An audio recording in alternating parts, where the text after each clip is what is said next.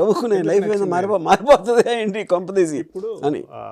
Creator creation ఏంటంటే separate చేసి చూడమంటారు. ఎందుకంటే don't go to personal life if you want to really love the book or art of the person who made it అన్నది ఎంతవరకు అంటే ఇప్పుడు ఆయన పర్సనల్ లైఫ్కి వెళ్తే మనకు ఆ పుస్తకాలు నచ్చవు. రామ్ గోపాల్ గారు పర్సనల్ లైఫ్కి వెళ్తే ఆయన సినిమాలు నచ్చకపోవచ్చు. దాని ఎందుకంది అట్లా?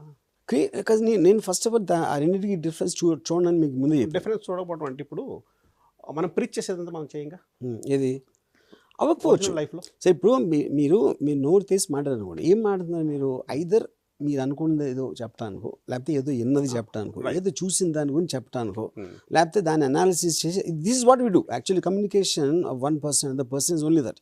మీరు మల్టిపుల్ పీపుల్ చేసినా, ఒక్కళ్ళు చేసినా, ఏది చేసినా అదే final it's that you know. So film ఏంటి? Film is a medium.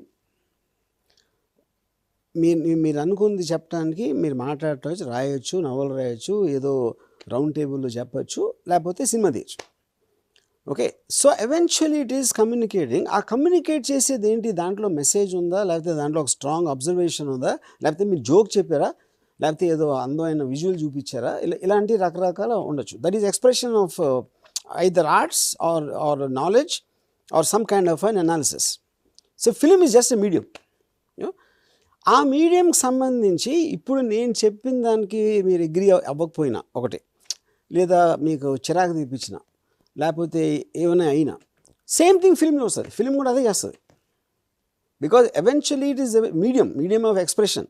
So the core point is the expression. ఆ మీడియం ఆఫ్ ఎక్స్ప్రెషన్లో మీరు ఆ మీడియంని మీరు ఎంచుకున్నప్పుడు, అది ప్రజల్లోకి పంపిస్తున్నప్పుడు, అది కొంతమంది ఇన్ఫ్లుయెన్స్ చేస్తుందని నమ్ముతారా లేదా?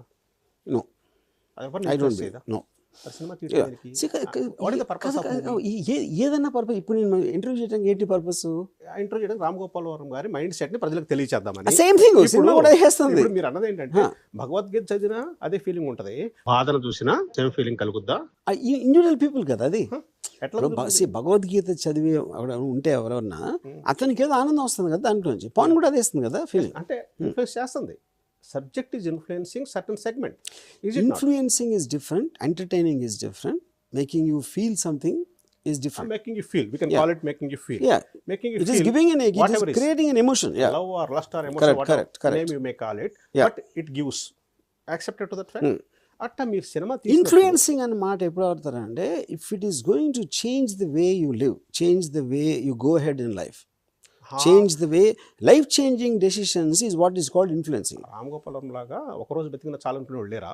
అది ఊరికనే అంటారు ఆ మూడ్లో, అప్పటి శ్మశాన వైరాగ్యం అది.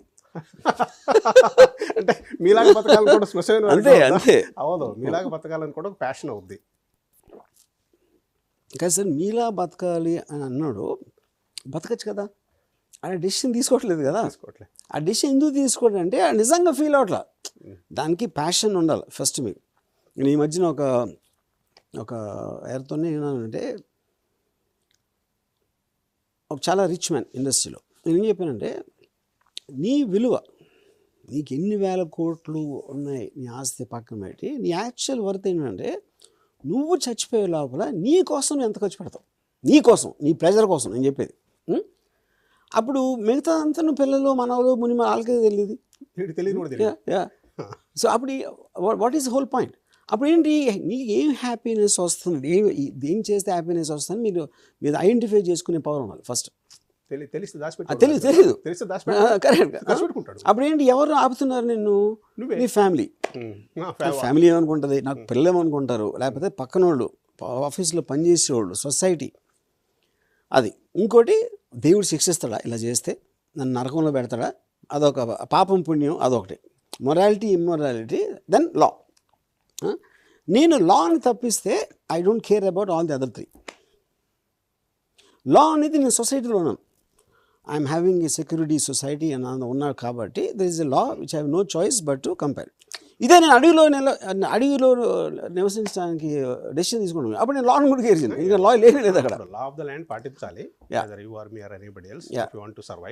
ఇక్కడ మీరు అన్నట్టు అడవిలో కాకుండా as a human being survive కావాలంటే, ఇక్కడికి వచ్చేటప్పటికి, ఈ పాయింట్ దగ్గరికి వచ్చేటప్పటికి ఇందాక మీరు అడిగిన ప్రశ్న ఏంటంటే, మీరు మీ ఆర్ట్ రెండు చూస్తున్నప్పుడు మీ పర్సనల్ లైఫ్ నాకు తెలిస్తే అది మీ ఆర్ట్ మీద పడుద్ది కదా, పడదా? అంటే మీరు మీరు చెప్పేది అవతల నుంచి ఉద్దేశమా అవతల నేను రైటర్ని